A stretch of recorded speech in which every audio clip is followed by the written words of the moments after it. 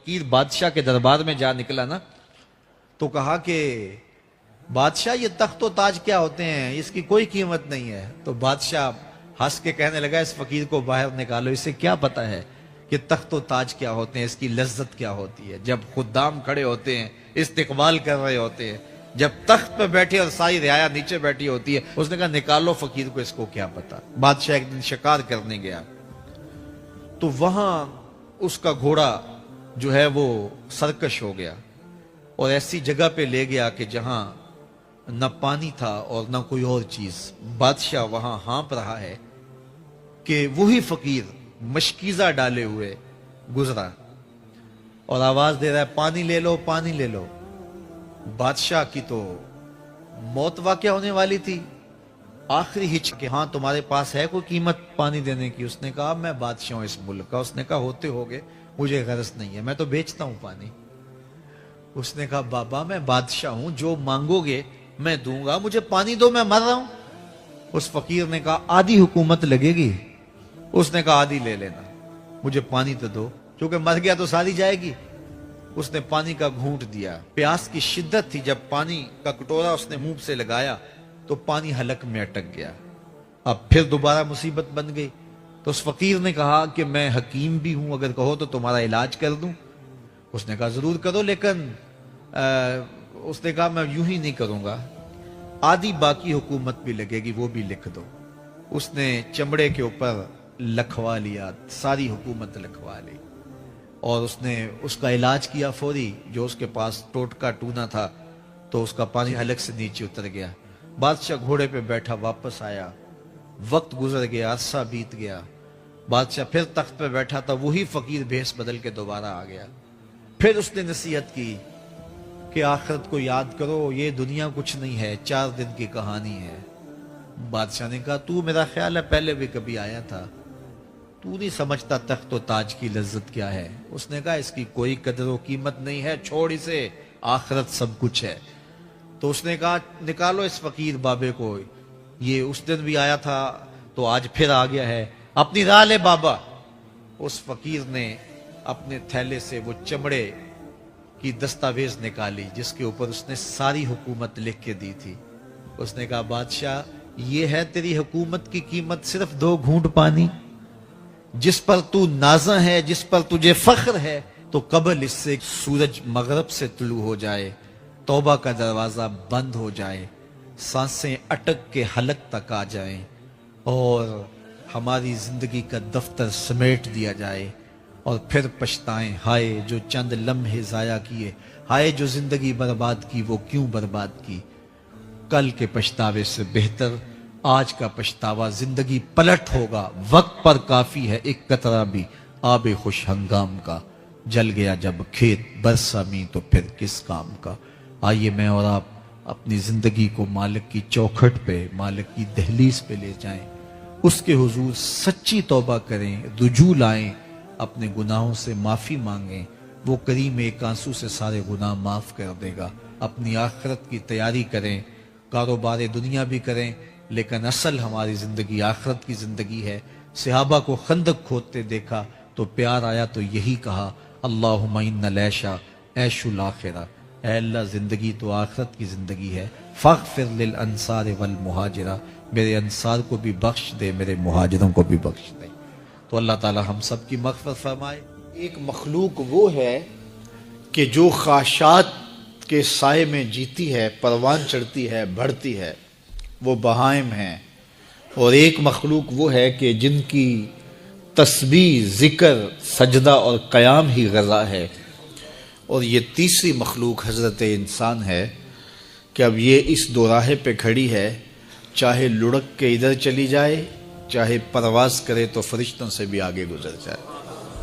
اب یہ اس کا اختیار ہے۔ حضرت انسان اللہ کی تخلیق کا شاہکار ہے، تو وہ لڑک کے چوپایوں جیسے کام کرے تو پھر چوپایا تو وہ ہوا ہی ہوا، لیکن فرمایا بل ہم عدل، بلکہ چوپایوں سے بھی گزر گیا ہے، اس لیے کہ چوپائے کے پاس تو تھا ہی وہ جو اس نے کیا، کہ راستے بھی تھے۔ یہ آسمان کی طرف پرواز کرنے کی بجائے زمین کی طرف لڑک گیا تو یہ چوپایوں سے بھی بدتر ہے۔ اور اگر یہ دوسرا راستہ جو کہکشاؤں سے بھرا ہوا راستہ ہے نور و نکہت سے سجا ہوا راستہ ہے، اس خیر کی راہ پہ گامزن ہوتا ہے تو پھر فرشتے بھی اس کی قسمت پہ رش کرتے ہیں، پھر فرشتوں سے بھی آگے گزر جاتا ہے۔ یہ اللہ تعالیٰ نے ہر طرح سے راہیں اس کے لیے اجال دی، فطرتاً بھی اور انبیاء اور رسل کے ذریعے بھی، کتب کے ذریعے بھی، صحیفوں کے ذریعے بھی، مصلحین کے ذریعے سے، عقل و فہم جو دیا گیا اس کے ذریعے سے۔ یعنی انسان کے لیے کوئی شک والی بات نہیں کہ اسے پتہ نہ ہو کہ یہ راستہ خیر کا ہے اور یہ راستہ شر کا ہے، یہ اس کو اچھی طرح آگہی دی گئی۔ جب کوئی چوری کرنے لگتا ہے، دیوار پھلانگتا ہے، اس کا دل دھڑکتا ہے، یہ اللہ تعالیٰ کی طرف سے وارننگ ہوتی ہے کہ تو غلط کام کرنے جا رہا ہے۔ جب کوئی ڈاکہ مارنے لگتا ہے، ناکہ لگا کسی کو روکتا ہے، تو اس کا دل ڈرتا ہے کہ تو جرم کر رہا ہے۔ جب بدکاری کو کرنے لگتا ہے تو اس کا دل ڈولتا ہے کہ تم غلط کام کرنے جا رہے ہو۔ جب کوئی کسی کو قتل کرنے لگتا ہے تو جب وہ مقتول پہ حملہ آور ہوتا ہے تو دل ڈولتا ہے کہ تم غلط کر رہے ہو۔ حتیٰ کہ دیوار رکھتے ہوئے ہمسائے کے 2 انچ بھی دبانے لگے تو دل ڈولتا ہے کہ تم غلط کر رہے ہو۔ یہ جو تیز تیز دل دھڑکنے لگتا ہے گناہ کرتے ہوئے، تو یہ اللہ کی طرف سے اسے بتایا جا رہا ہوتا ہے کہ تم غلط کر رہے ہو۔ حضور سے پوچھا گیا کہ ایمان کیا ہے؟ فرمایا جب نیکی تجھے خوش کر دے اور گناہ تجھے دکھی کر دے فانتا مومن، تو تو مومن ہے۔ تو کسی کو پوچھنے کی بجائے اپنے اندر سے فتویٰ لیا جاتا ہے، اندر ہی بتاتا ہے کہ اچھائی کیا ہے، اندر ہی بتاتا ہے کہ برائی کیا ہے۔ اب وہ کس راہ پہ چلے گا؟ میرے حضور نے فرمایا جنت کا راستہ مشکل اور کٹھن ہے، اور جو جہنم کا راستہ ہے وہ آسان اور آراستہ ہے، شہوات سے سجا ہوا راستہ ہے۔ اب تمہیں پتہ ہے کہ انجام کیا ہے اور تمہیں اختیار دیا گیا ہے۔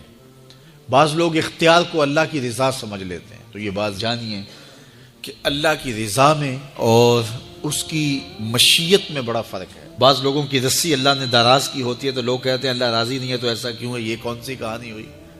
ظالم جابر لوگ تختوں پہ بیٹھ جاتے ہیں، مختلف حکومتیں سنبھال لیتے ہیں اور خلق خدا کی ناک میں دم کر دیتے ہیں، لوگ کہتے ہیں اللہ راضی نہیں ہے تو ایسا کیوں ہے؟ یہ کون سی بات ہوئی؟ تو یہ ہمارا ایک خود ساختہ کہا ہوا جملہ ہے۔ حقیقت میں کیا ہے کہ اللہ کی رضا اور ہے، اللہ کی مشیت اور ہے۔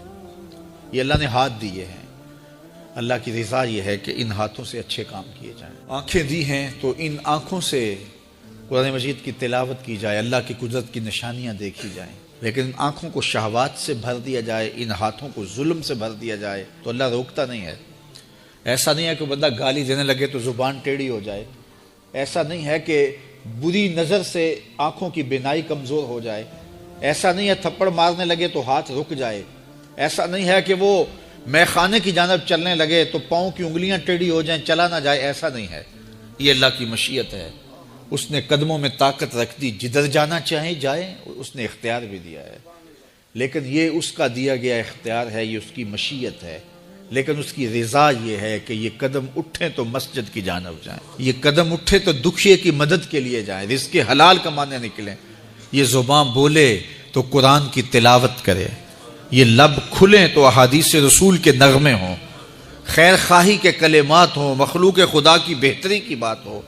لیکن اگر کوئی گالی گلوچ دینے لگ جائے تو اس سے اللہ کی رضا نہیں۔ اللہ نے اعضاء بنا دیے اور اللہ نے انسان کو خیر اور شر کی تمیز دے دی، اچھائی اور برائی کا پتہ دے دیا، اب اس کی مرضی ہے کہ وہ کدھر نکلتا ہے۔ اے انسان تیرے اوپر وہ گھڑی بھی آنے والی ہے، وہ وقت بھی آنے والا ہے جب سانس اس ہنسلی میں اٹک جائے گا، جب سینے سے بھی سانس اوپر چلی گئی، اب ڈاکٹر بھی لا علاج قرار دے رہے ہیں کہ اب علاج نہیں رہا ہے، جان بس اب نکلنا چاہ رہی ہے۔ اب گھر والے روتے ہیں، کہتے ہیں کوئی جھاڑ پھونک والا لاؤ، کوئی دم والا لاؤ، شاید وہ کوئی دم کرے تو اس کی جان میں جان آ جائے، ڈاکٹروں نے تو لا علاج قرار دے دیا۔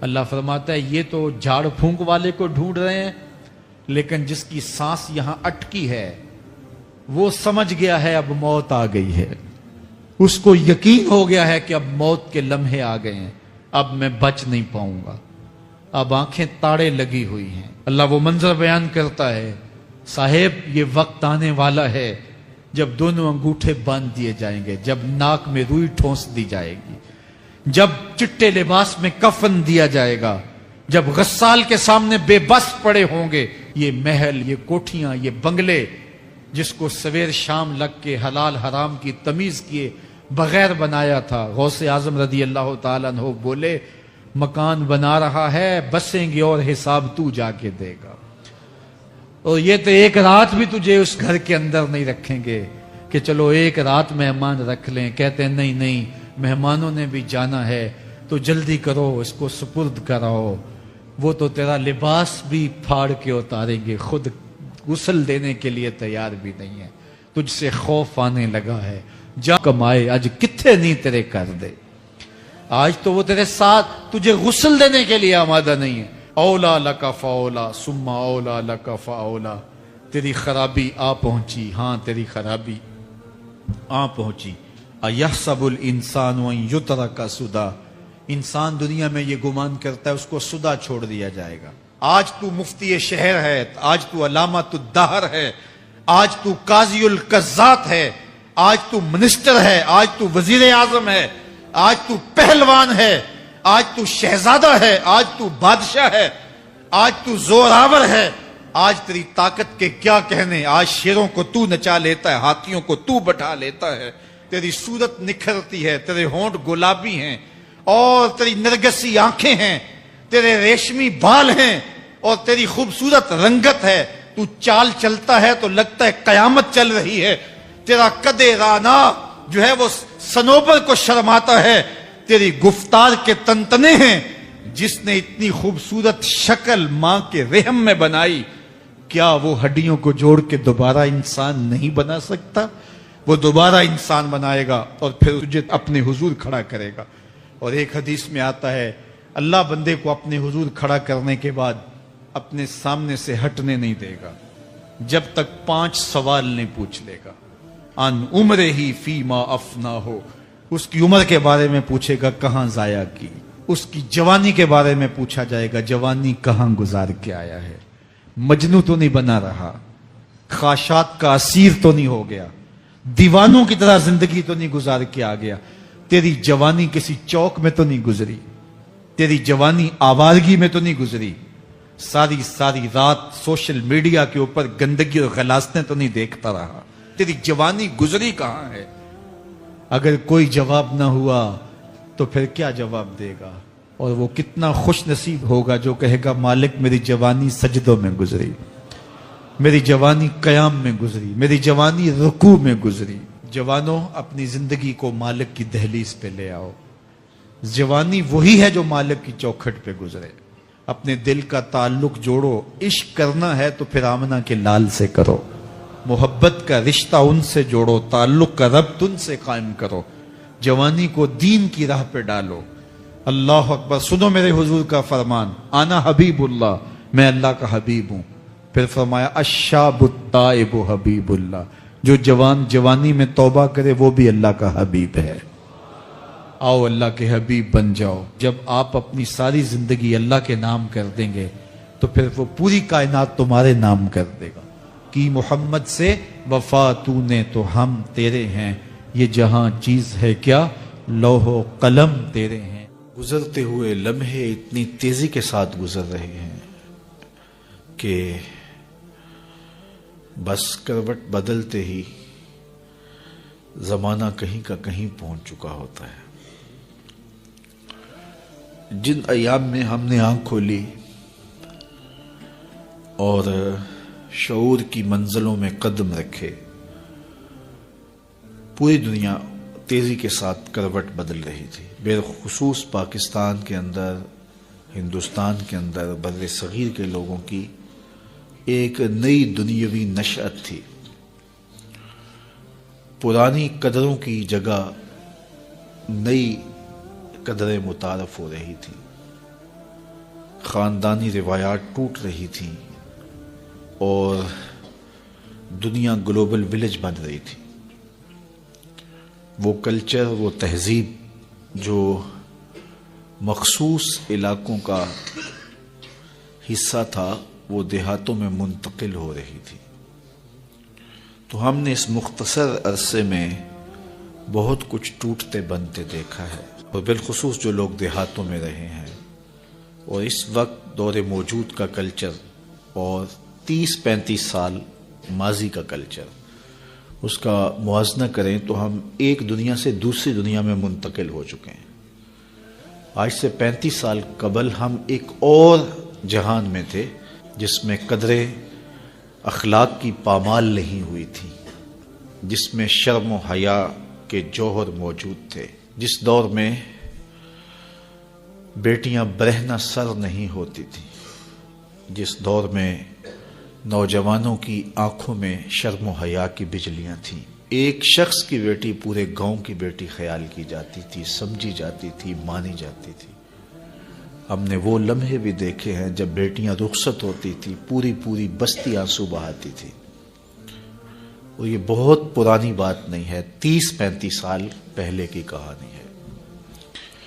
آج نگاہیں آوارہ ہو گئیں، خیالات بے قابو ہو گئے، اور اس امت کا سب سے بڑا فتنہ مال ہے۔ تو مال کی خواہش نے قدریں چھین لی، رشتے چھین لیے، آرزوئیں جو کہ حسن اور جمال کی پیکر تھی وہ تلخ رنگ میں رنگی گئی، اور ایک عجیب معاشرہ اور معاشرت تشکیل پا گئی۔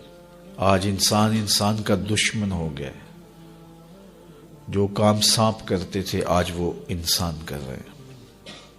ایک دوسرے کو ڈسنا، ایک دوسرے کی عزت آبرو اچھالنا، اور ایک دوسرے سے نفرت پالنا اور اس کو پروان چڑھانا اس دور کا مشغلہ بن گیا ہے۔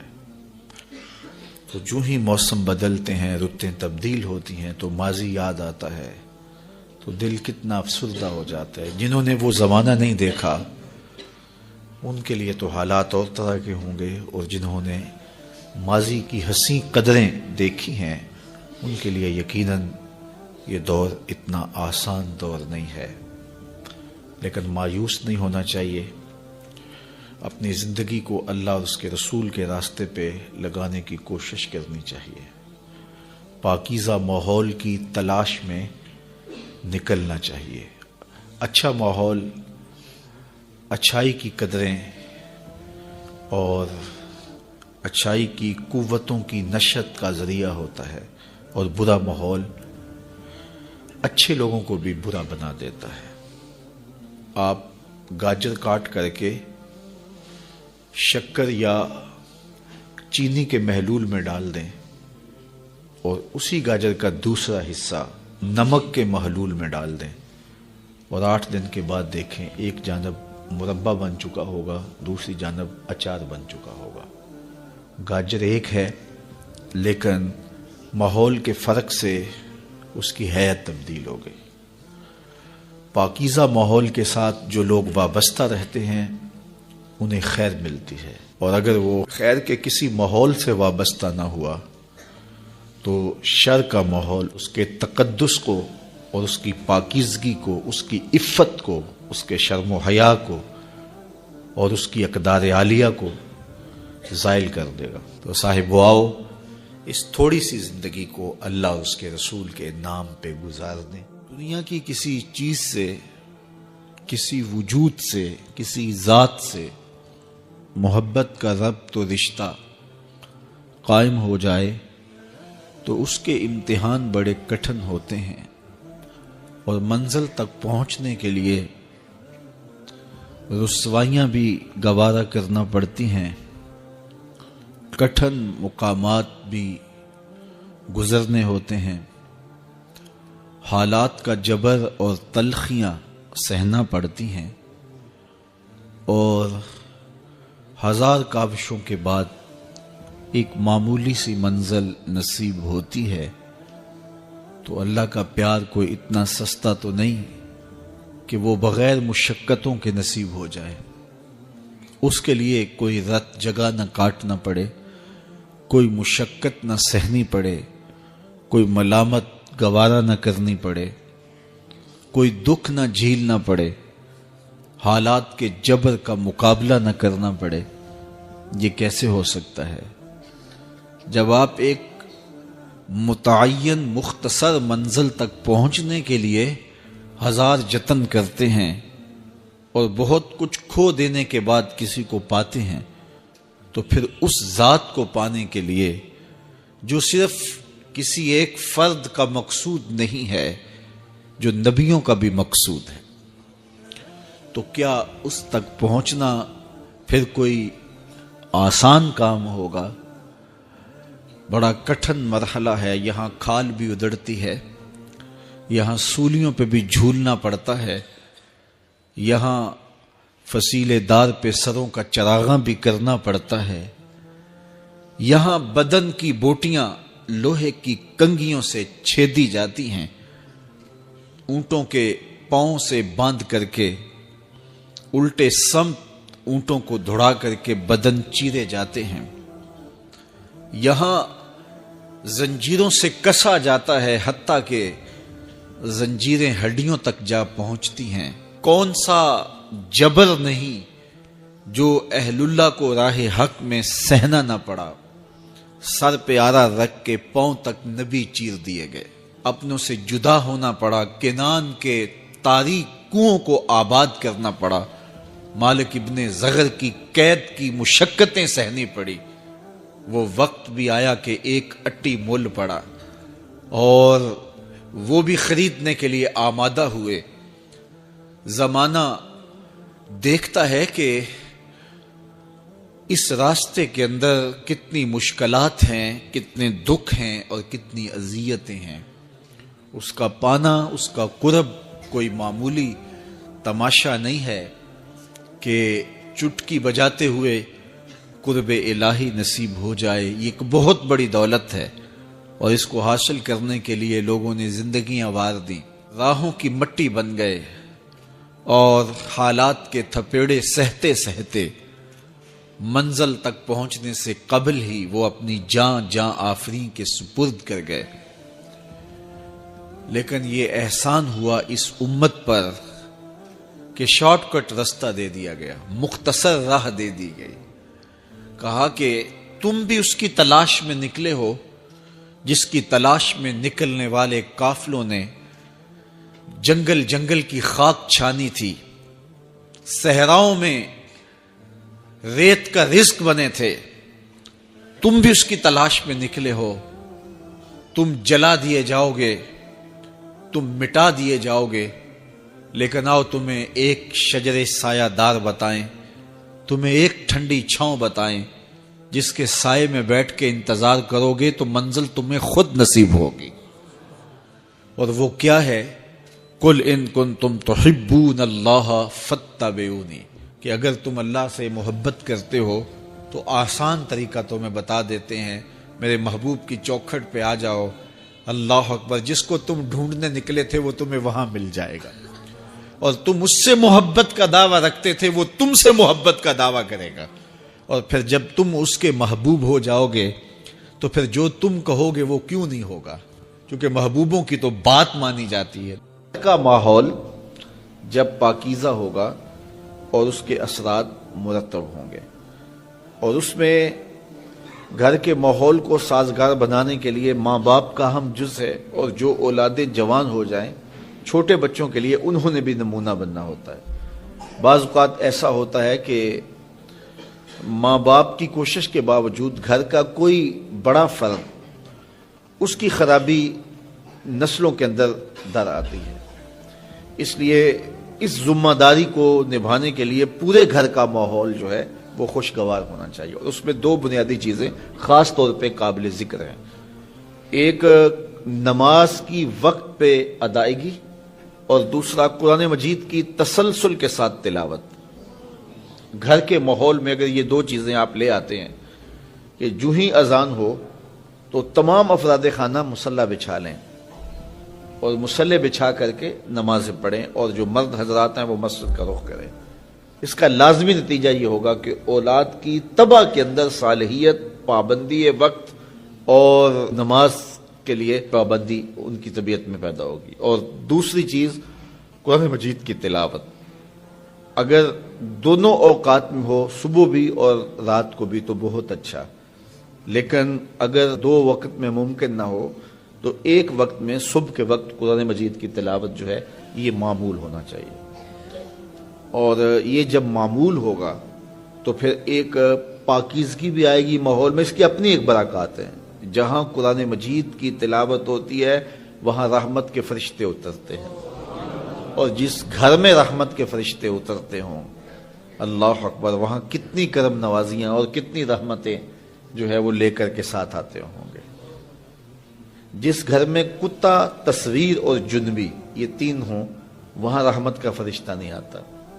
کتا ہو, کسی کو غسل کی حاجت ہو اور اس کے باوجود وہ غسل نہ کرے, جنبی, اور تیسرا جو ہے وہ تصویر. جہاں یہ ہوں میرے حضور نے فرمایا وہاں رحمت کا فرشتہ نہیں آتا. تو بعض گھروں کے اندر قد آدم کے برابر تصویریں لگی ہوئی ہوتی ہیں تو ظاہر رحمت کا فرشتہ تو وہاں نہیں آئے گا. اور پھر یہ تصویر کسی تقدس مآب ہستی کی ہی کیوں نہ ہو تو پھر بھی اس سے گریز کرنے کا کہا گیا ہے. اور آج ہمارے گھروں کے اندر سکرین کے اوپر جو تصویریں چل رہی ہوتی ہیں اور جو مختلف چینلز کے اوپر چل رہا ہوتا ہے تو پھر ہم کہتے ہیں کہ پتہ نہیں برکت کہاں اڑ گئی. میاں رحمت کے فرشتے تمہارے گھر میں کبھی آئے ہی نہیں تو پھر برکت کہاں سے آئے گی. پہلے مال تھوڑا ہوتا تھا, پیسے لوگوں کے پاس اتنے نہیں ہوتے تھے, 100 روپے کا منہ کوئی دیکھتا تھا, لوگ پیدل سفر کرتے تھے. میں ایک دیہات کا رہنے والا ہوں, سارے لوگ پیدل شہر میں آتے تھے. لوگوں کے پاس دو سے زیادہ جوڑے نہیں ہوتے تھے. اچھا جوتا کسی کے پاس نہیں ہوتا تھا. شادیوں سے بڑے بھائی کا جوتا, چھوٹے بھائی کا جوتا, ایک دوسرے کے جوتے مانگ کے لوگ لے کے جایا کرتے تھے. سکول کے بچوں کے پاس بہت ساری مائیں تو کچھ کھانے کے لیے دے دیتی تھی کہ یہ دوپہر کو کھا لینا, اور خرچی بھی بڑی معمولی سی ملتی تھی. اور آج ہر بچہ 200-300 روپے کا بیلنس روز جو ہے وہ موبائل پہ خرچ کرتا ہے, موٹر سائیکل کا جو ہے وہ تیل الگ خرچ کرتا ہے, اور جو اس کی جیبیں بھری ہوئی ہوتی ہیں. اور اتنا کچھ ہونے کے باوجود برکت نہیں ہے. برکت جو ہے وہ پیسوں سے نہیں آتی, جب رحمت کے فرشتے آتے ہیں برکتیں لے کے آتے ہیں. اور ہمارے گھروں کے اندر جو قداور سکرینیں لگی ہوئی ہیں اس سے برکت اڑ گئی ہوئی ہے, اور اس پہ پھر کیا کیا دیکھا جا رہا ہے اور کیا کیا دکھایا جا رہا ہے, تو پورے ملک سے برکت اڑ گئی ہوئی ہے. پیسے کی فراوانی کے باوجود برکت باقی نہیں رہی ہے. کثرت کچھ چیز نہیں ہے, برکت کچھ چیز ہے. تو اللہ سے کثرت کی بجائے برکت مانگو. جب برکت مانگو گے تو تھوڑے میں بھی اللہ تمہیں وہ سکون اور طمانینت قلب عطا کر دے گا جو زیادہ والوں کو بھی نصیب نہیں ہوتا. تو اصل مقصود تو طمانینت ہے. تو اپنی اولاد کو جو ہے وہ اپنے عمل کے ساتھ, اپنے رویے کے ساتھ صالحیت کی جانب لے کر کے جاؤ. قرآن مجید کی تلاوت معمول رہے گھر میں, اور 5 گانہ نماز کے لیے گھر میں مصلی بچھیں. مائیں بہنیں بیٹیاں گھروں میں مصلی بچھائیں, اور مرد حضرات مسجد کا رخ کریں.